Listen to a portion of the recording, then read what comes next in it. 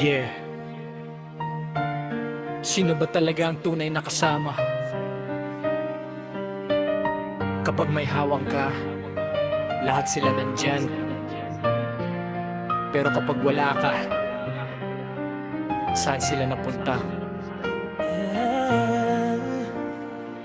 Kapag may pera ka, ang daming kaibigan kahit simpleng lakad gusto kang samahan. Kapag may handa ka, sila'y unang dumarating. Ngunit kapag ikaw ang nangangailangan, biglang tahimik. Noong kaya mong tumulong, lagi kang hinahanap. Pero nung ikaw ang nangailangan, lahat naglaho agad. Akala mo'y pamilya, akala mo'y tunay na kaibigan. Pero sa oras ng problema, ni anino nila'y di makita man. Totoo nga, madaling sumama kapag may pakinabang. Pero sa panahon ng hirap, doon mo makikita ang tunay. Hindi kailangan ng maraming taong nasa paligid. Kahit isang tunay lang sapat ng kapiling. Hindi ako galit, natuto lang akong kumilala kung sino ang totoo at kung sino ang nagpapanggap lang pala. Kapag wala akong pera, wala akong maibigay, doon ko nakita kung sino ang tunay na nananatili sa buhay.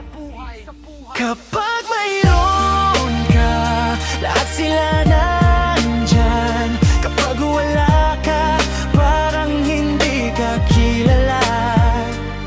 Pero salamat sa mga panahong yon, dahil doon namin nakilala ang tunay na tao. Kapag mayroon ka, kaibigan ka nila. Kapag wala ka, hindi ka na makita. Kapag may pera, ang daming kasama. Kapag may problema, mag-isa ka na. Hindi kailangan ng taong nandyan lang sasaya. Ang tunay na kaibigan, kasama pati sa luha. Kahit wala kang pera, kahit wala kang kaya, kung tunay ang samahan, hindi ka iiwan mag-isa. Yeah. Hindi lahat ng nakangiti ay tunay na kakampi. Minsan nasa tabi mo lang pero sarili ang iniisip lagi. Kaya ngayon hindi na ako basta nagtitiwala. Mas gusto ko ang tahimik kaysa kasama ang plastic na mukha. At kung dumating ang araw na wala akong pera, wag kang mag-alala. Hindi ko kailangan na marami sa paligid ko, basta may isang taong handang manatili. Mas mahalaga yun kaysa sandaang kaibigang umaalis.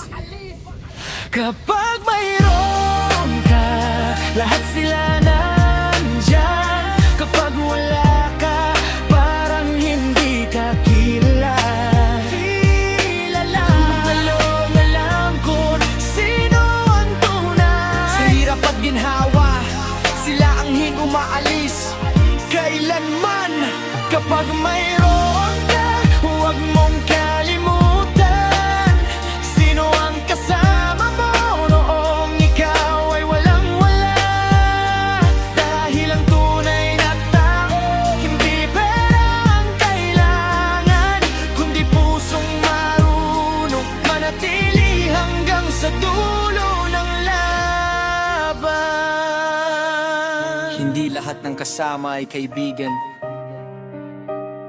at hindi lahat ng nawawala ay kawalan. Minsan, kailangan mo lang mawalan para malaman